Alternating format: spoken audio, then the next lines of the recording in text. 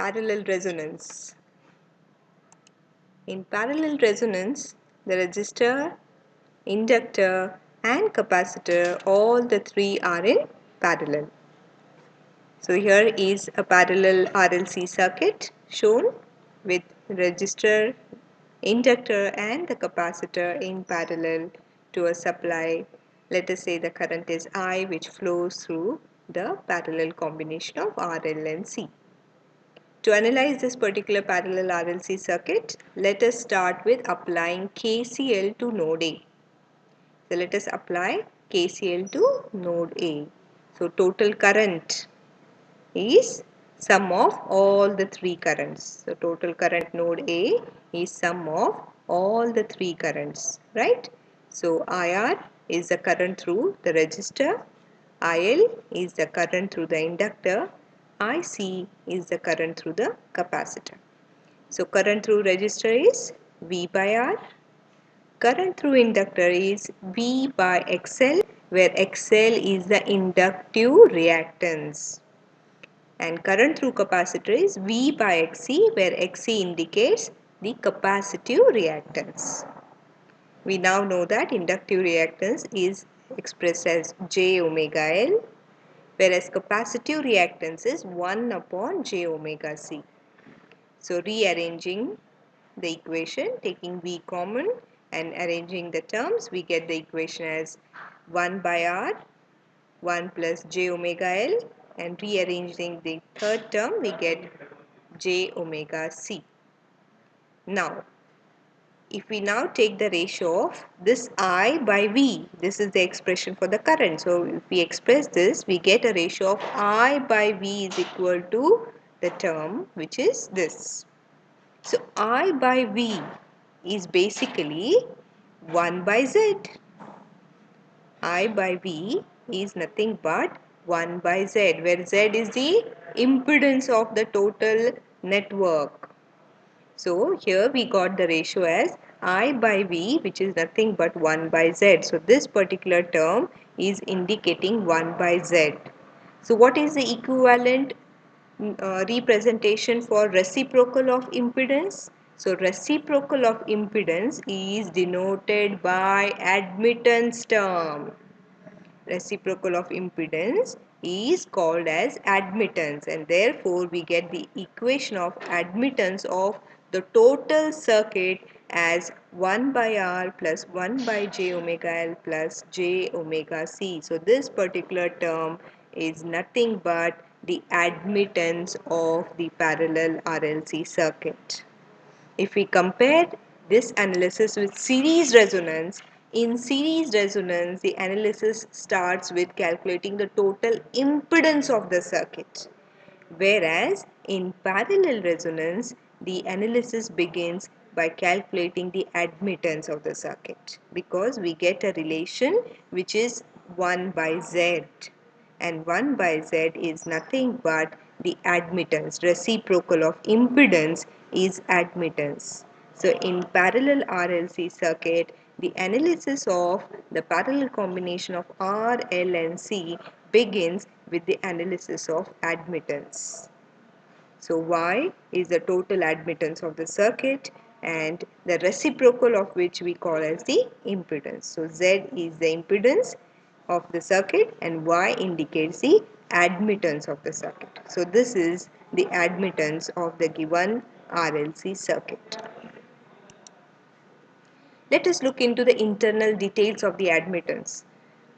So the admittance consists of the terms 1 by R. 1 by R indicates the conductance of the circuit.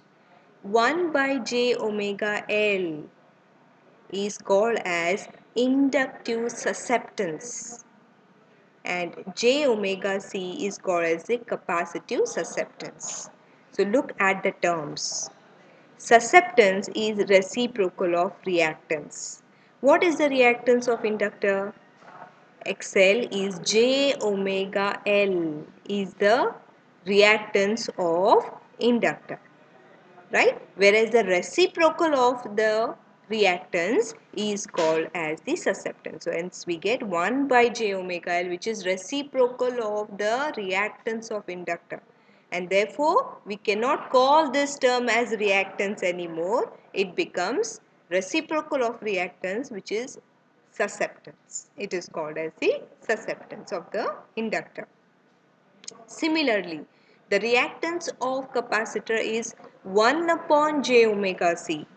Instead, here the term is j omega c, which is reciprocal of the reactance, and hence we call this term as capacitive susceptance. This term is reciprocal of capacitive reactance, which is called as capacitive susceptance.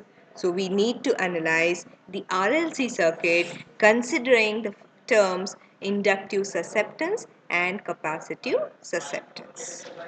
Let us denote the inductive susceptance as B with the suffix L, and let us represent capacitive susceptance as B with a suffix C. So BL indicates inductive susceptance, BC indicates capacitive susceptance. So the total admittance of parallel RLC circuit comprises of conductance, which is 1 by R. It consists of inductive susceptance and it consists of capacitive susceptance.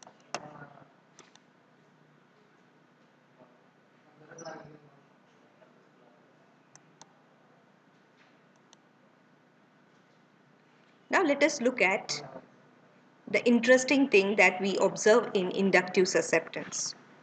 In inductive susceptance, we observe that the inductive susceptance is inversely proportional to frequency. The omega term is seen in the denominator, and therefore we say that in inductive susceptance, which is inversely proportional to frequency. Whereas what we observe in capacitive susceptance. In capacitive susceptance, the capacitive susceptance is directly proportional to frequency omega. Omega is 2 pi f. So capacitive susceptance is directly proportional to frequency, whereas inductive susceptance is inversely proportional to frequency.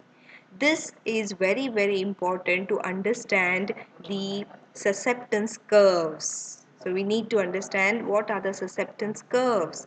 So for that we need to understand what is the relation of these inductive susceptance and capacitive susceptance with respect to frequency. So inductive susceptance is inversely proportional to frequency. As this omega is observed in the denominator, we say that inductive susceptance is inversely proportional to frequency, whereas capacitive susceptance is directly proportional to frequency. With this analysis, let us look into the susceptance curves. As just discussed, inductive susceptance is inversely proportional to frequency. So as it is inversely proportional to frequency, for low frequencies, we observe a high reactance, high susceptance. For low frequencies, we observe a high inductive susceptance. Whereas as the frequency increase, the inductive susceptance starts to decrease. And that's the reason why the inductive susceptance has such a curve, such a nature of the curve. Because at low frequencies, the inductive susceptance is very high.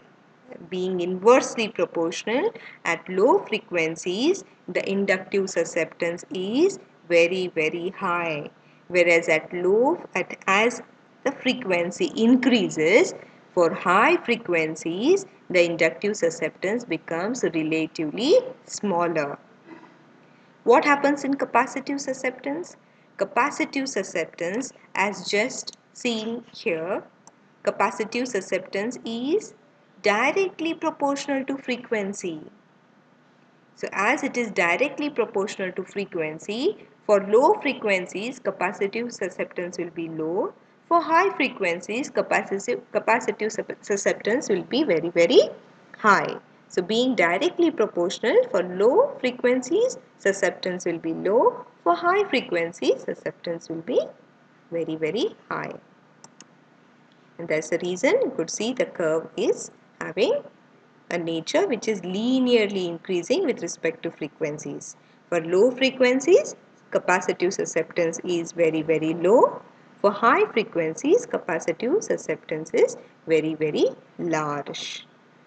So these are the inductive susceptance and capacitive susceptance curves with respect to frequency. Considering both of them together, right? This is your capacitive susceptance and this is the inductive susceptance. So what we observe is that at a particular frequency, both of them take equal and opposite magnitudes. At a certain frequencies, considering both the inductive and susceptive susceptances together, what we observe is that at a particular frequency, right, both the inductive as well as capacitive susceptance become equal and opposite in magnitude. Right, at this particular point, the magnitude of capacitive susceptance is equal to the magnitude of inductive susceptance. So being equal in magnitude and opposite in the sign, they mutually cancel each other. And that's why the total susceptance curve at this particular frequency becomes 0. At this particular frequency, both of them, considering both the susceptances together, we observe that they mutually cancel each other. Right? And this particular frequency at which the inductive susceptance and capacitive susceptance become equal in magnitude or neutralize each other, that particular frequency is called as the parallel resonant frequency. So this is the frequency which is called as the parallel resonance of the RLC circuit. This is the frequency at which the capacitive susceptance become equal in magnitude to the inductive susceptance, cancelling or neutralizing each other. This particular frequency is called as the parallel resonating frequency. So mathematically, if we express this, we say that at resonance, at parallel resonance, the capacitive susceptance become equal to inductive susceptance. So capacitive susceptance is omega C, inductive susceptance is 1 by omega L. So rearranging in terms of omega square, we get omega square is 1 by LC. Omega is nothing but 2 pi F. That F we are talking about is the resonating frequency and hence we denote it as F of R. So F of R becomes 1 by 2 pi root of LC. This particular frequency at which the capacitive susceptance becomes equal to inductive susceptance is called as the parallel resonating frequency or parallel resonance. So f of r is 1 by 2 pi root of LC, where f of r is called as the parallel resonant frequency, or it is also called as anti-resonant frequency. Now why the word anti-resonant frequency is what we will answer it at the end of this session. So f of r is called as the parallel resonant frequency. Therefore, the definition of parallel resonance is: parallel resonance is a condition in parallel circuit in which the effect of inductive and capacitive susceptances completely neutralize each other. So you could see there at this particular frequency, which we call as the parallel resonant frequency, the capacitive susceptance and inductive susceptance are equal and opposite in magnitude and therefore they completely neutralize each other. This frequency is called as the parallel resonant frequency. Let us look at the admittance equation once again. So the admittance equation was 1 by R plus 1 by j omega L plus j omega C, comprising of the conductance term, comprising of inductive susceptance and comprising of the capacitive susceptance. Rearranging this particular equation, taking j in the numerator, you get a minus j term The reason for doing this is I want J as a common term which results into omega C minus 1 by omega L. So rearranging the equation, we get a real part and the imaginary part observed in the admittance equation. What we know now is at resonance, the capacitive susceptance becomes equal to inductive susceptance. So both these terms become equal and therefore they cancel each other.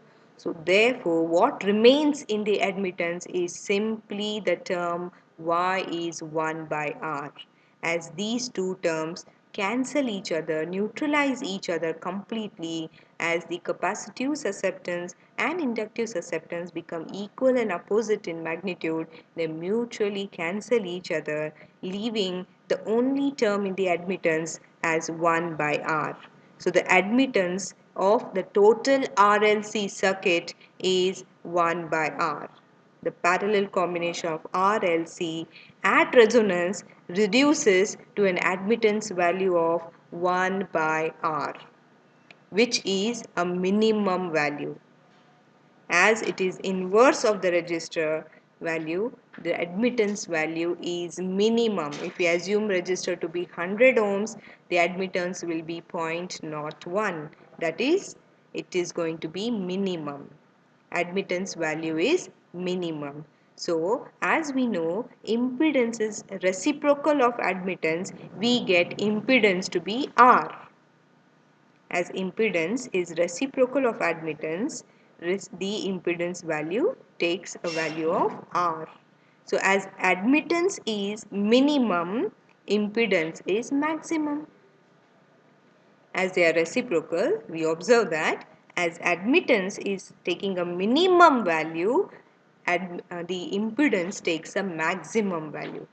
Therefore, in parallel circuits, in parallel RLC circuit, we observe that the total admittance of the circuit is minimum, whereas in terms of impedance, if we say the same, we can say that the total impedance is maximum. Admittance is minimum, whereas impedance is maximum. And this impedance curve is as shown in the figure. So we observe that at parallel resonance, right, the impedance of the circuit is maximum. The impedance reaches to a peak value at the parallel resonance. So impedance is maximum. If we talk about admittance, admittance is minimum, but impedance is maximum. At parallel resonance, the impedance takes a maximum value. So you could see here the impedance, it's a curve of impedance versus frequency. And therefore, at the resonating frequency, impedance takes a value of R. Z is equal to R. So impedance takes a value of R. So the peak value of the impedance is nothing but the register value. So below FR, we could say that the RLC circuit, parallel combination of RLC circuit behaves in an inductive nature. Above F of R, the RLC circuit behaves as a capacitive nature. The reason behind this is discussed in the next slide. What we just discussed is the impedance is maximum. So if the impedance is maximum, what would be the effect on the current? So current has to be minimum. If impedance of any circuit becomes maximum, the current has to be minimum. And that's the reason why the current in parallel resonating circuit is minimum at the parallel resonance F of R. So this is the current curve with respect to frequency.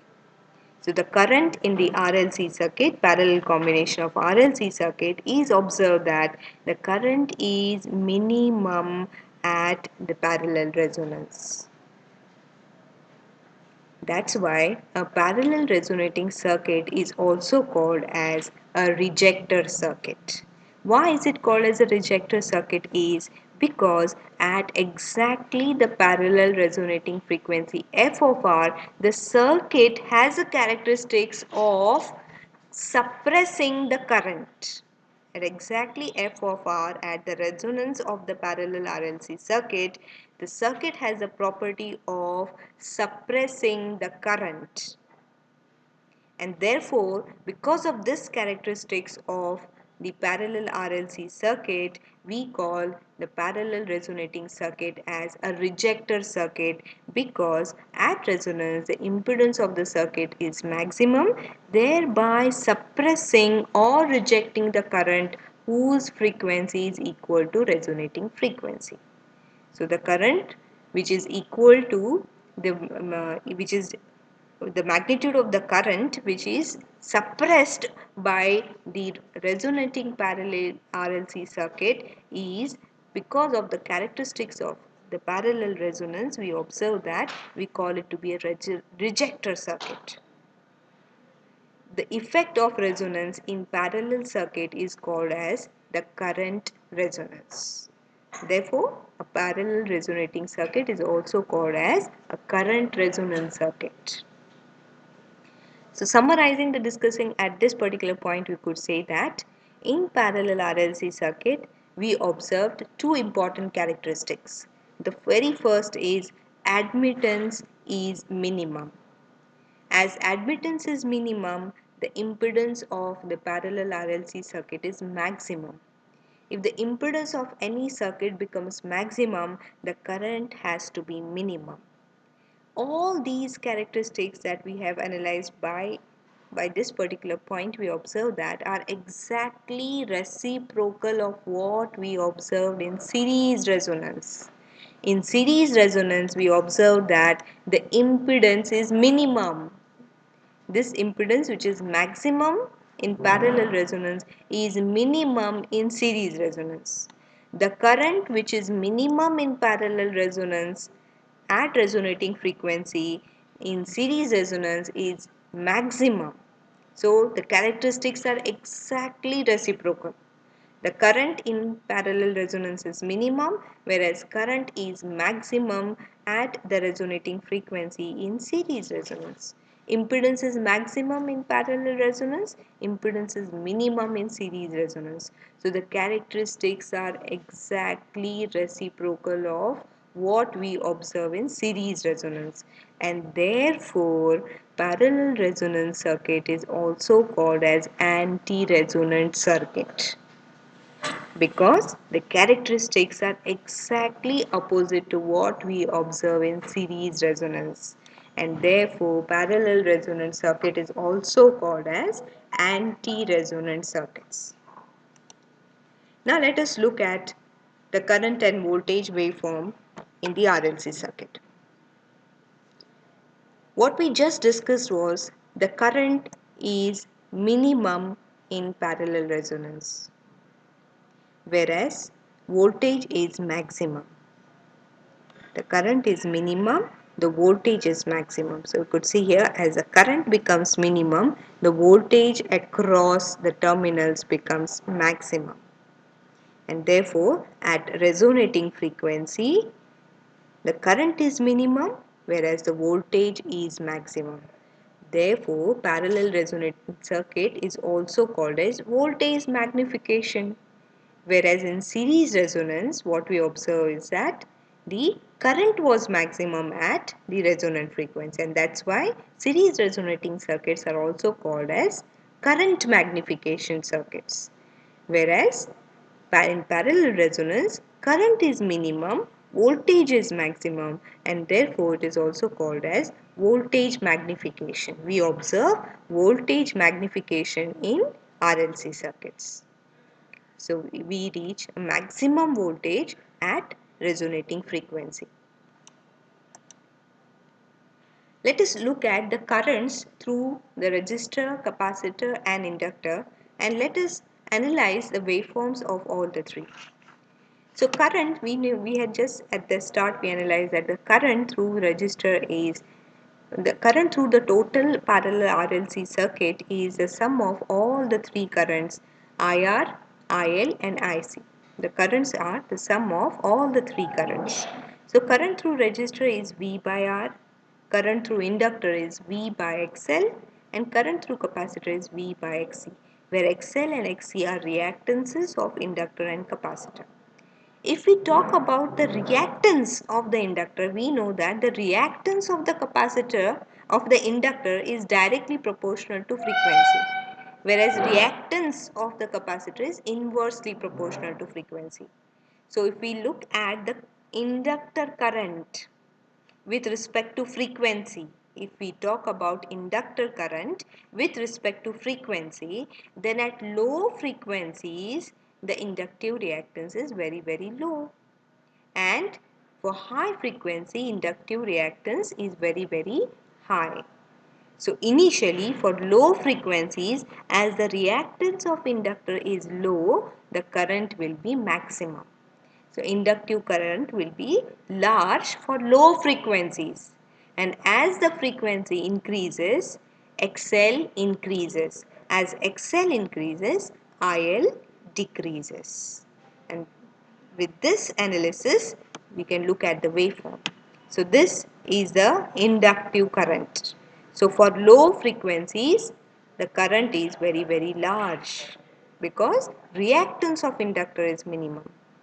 And as the frequency increases, XL also increases. As XL increases, the current through inductor reduces. So this is the current curve looking at the equation of the current through the inductor. Let us analyze the capacitive current. The capacitive current is V by XC. Now the capacitive reactance is inversely proportional to frequency. So for low frequencies, Xc is very, very large. So as Xc is very, very large for low frequencies, the current through capacitor is very, very small. And that's why with low frequencies, the current through the capacitor, this is the capacitive current, the current through the capacitor is very small. As the frequency increases, Xc decreases in magnitude. As Xc decreases in magnitude, the current through capacitor increases. So this is the current through the capacitor, which is increasing. As this capacitive reactance decreases with increased frequency, current through capacitor increases with respect to frequency. So inductive current decreases with respect to frequency, the capacitive current increases with respect to frequency. And at resonating frequency, both become equal and opposite in magnitude, and therefore IL becomes equal to IC. When IL becomes equal to IC, the magnitudes are equal and opposite. So IL becomes equal to IC, and therefore current and voltages will be in phase. Let us talk about the three regions. Let us, with this analysis of the capacitive current and inductive current, let us segregate this particular waveform in three particular parts. Let us look at this particular waveform in section 1, in which we talk about the nature of the current below the resonating frequency.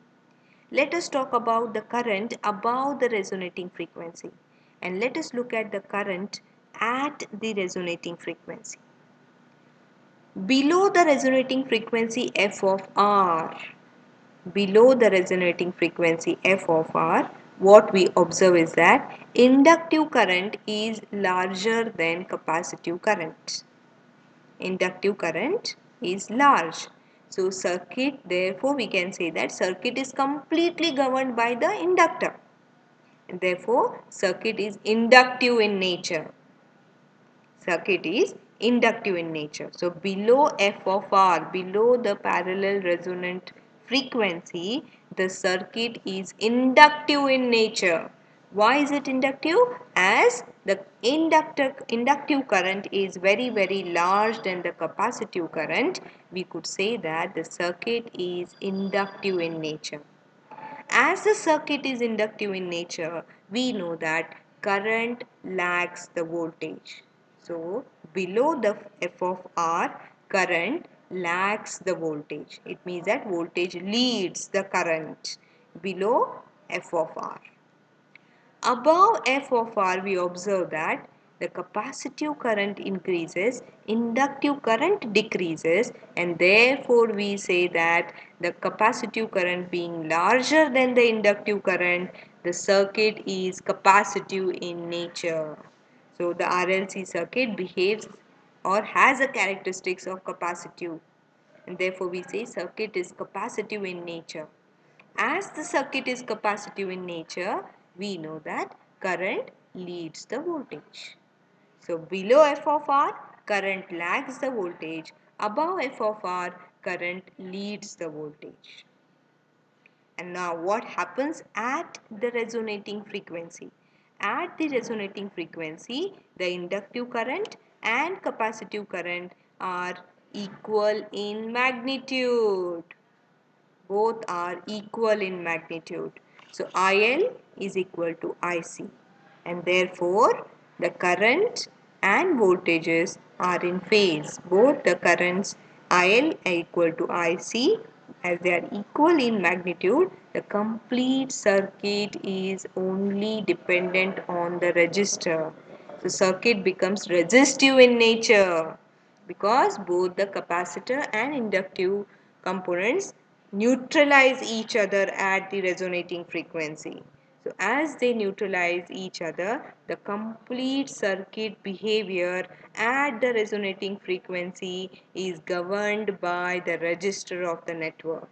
And therefore, as the circuit becomes resistive in nature, current and voltages are in phase at f of r. Both current and voltages will be in phase. So indirectly through this particular circuit, through this particular analysis, we have understood the phase in the RLC parallel combination of RLC circuit. So below f of r, current lags the voltage. Above f of r, circuit is capacitive in nature and current leads the voltage. Whereas at f of r, IL becomes equal to IC, circuit becomes completely resistive in nature.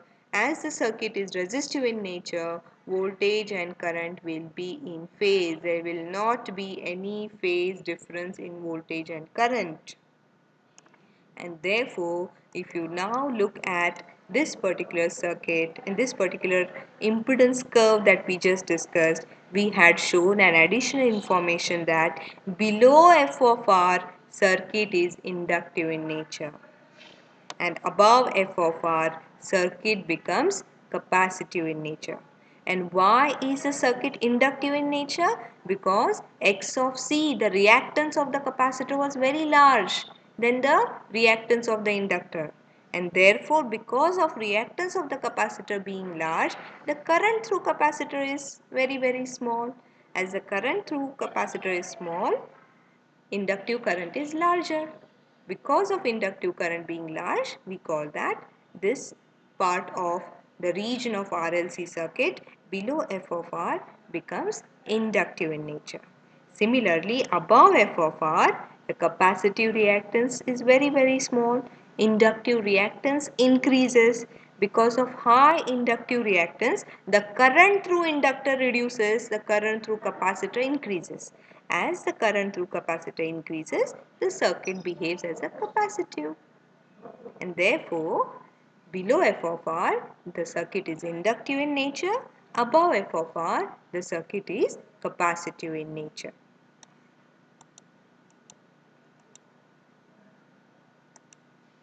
With this, we'll now look at the phase in RLC circuit. So as just discussed, at f of r, the circuit is purely resistive and therefore voltage and currents are in phase. There is no phase difference. So phase is 0. V and I are in phase and there is no phase difference at f of r.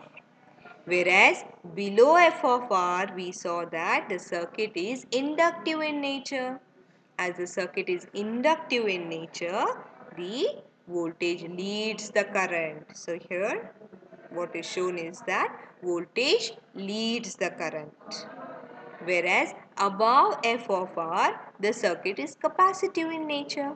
As the circuit is capacitive in nature, the voltage lags the current, right? Voltage is lagging the current. Here it indicates voltage leads the current. Here voltage lags the current. Or indirectly in terms of current we could say that here current lags the voltage, here current leads the voltage, right?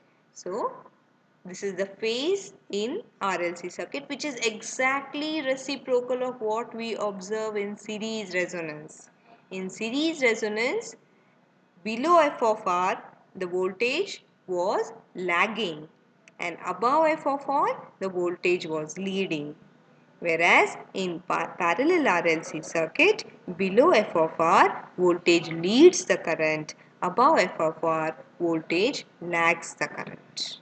And therefore, as all the characteristics of parallel resonances are exactly reciprocal to what we observed in series resonance, we call the parallel RLC circuit as the anti-resonant circuit. Therefore, it is called as anti-resonant circuit.